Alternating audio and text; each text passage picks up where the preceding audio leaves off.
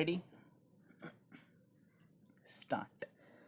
The associate, a cooperative society engaged in the business of providing credit facilities to its members and marketing their agricultural produce, invested the surplus funds in short-term deposits with the banks and in government securities and earned interest thereon.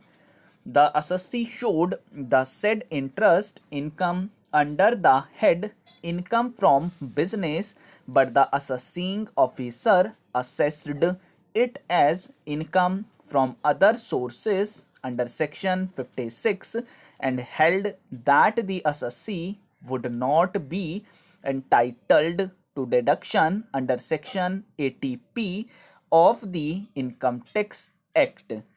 In the instant appeal filed by the assessee, the question for consideration before the court was whether the interest income earned by the assessee society on surplus funds invested in short-term deposits would qualify for deduction as business income under section 80p of the Income Tax Act 1961.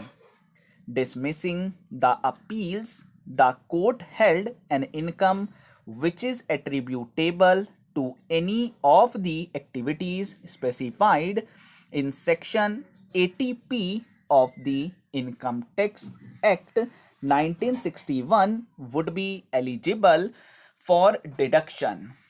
In the instant case, the interest held not eligible for deduction under section 80p is not the interest received from the business of the society, namely providing credit facilities to its members or marketing their agricultural produce.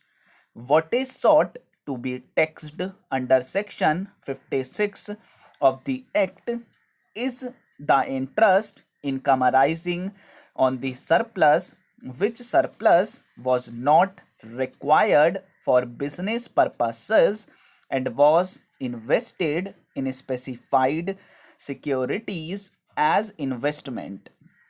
Assessee markets the produce of its members whose sale proceeds at times were retained by it. Since the fund created by such retention was not required immediately for business purposes, it was invested in specified securities. Such interest income would come in the category of income from other sources and therefore would be taxable under section 56 of the Act as rightly held by the assessee officer. The word income has been defined under section 2 of the Act is include profits and gains. This subsection is an inclusive provision. The Parliament has included specifically business profits into the definition of the word income. Therefore, the court is required to give a precise meaning to the words profits and gains of business mentioned in section 80p of the Act. In the instant case, assessee society regularly invest funds not required for business purposes. Interest on such investments cannot fall within the meaning of the expression profits and gains of business. On the backdrop, when the evidence of PW 11, the medical officer is seen that at 9 a.m. itself, the doctor examined PW 2 on the requisition of SHO Ruler, who was accompanied by police constable who was PW14. There is no question of PW1 registering the FIR. PW14 also admitted that even by the time they reached the hospital, MLA was stated to have come to the hospital and the legal advisors were also found in the hospital. A compromise relating to shares in the suit property was entered into between the plaintiff appellants and the predecessors in interest of the defendant respondents. The plaintiffs filed a suit for declaration that they were in possession as owner of share and in joint possession of half of the share of the land along with the respondents, and the entries in the revenue record of rights should be corrected.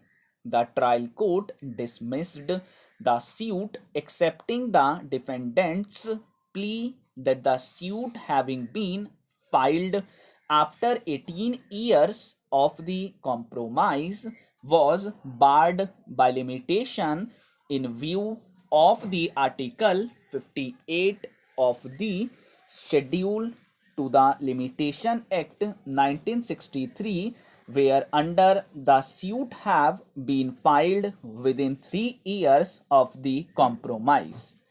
The plaintiffs, having remained unsuccessful in the first appeal, as also in the second appeal, filed the appeal. In the instant case, the right to sue accrued when a clear and unequivocal threat to infringe that right by the defendants was given, as they refused to admit the claim of the appellants only 7 days before filing of the suit. Therefore, as noted in paragraph 16 of the plaint, the suit was filed within 3 years from the date of infringement, and as such, the suit cannot be held to be barred by limitation.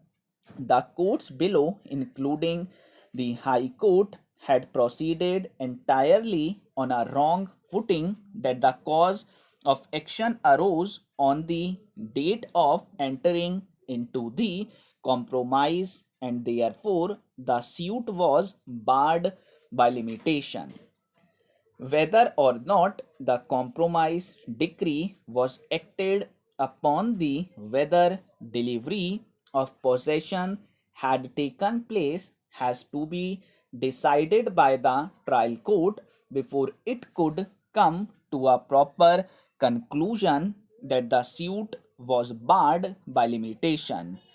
The question of filing the suit before the right accrued to the plaintiffs by compromise could not arise.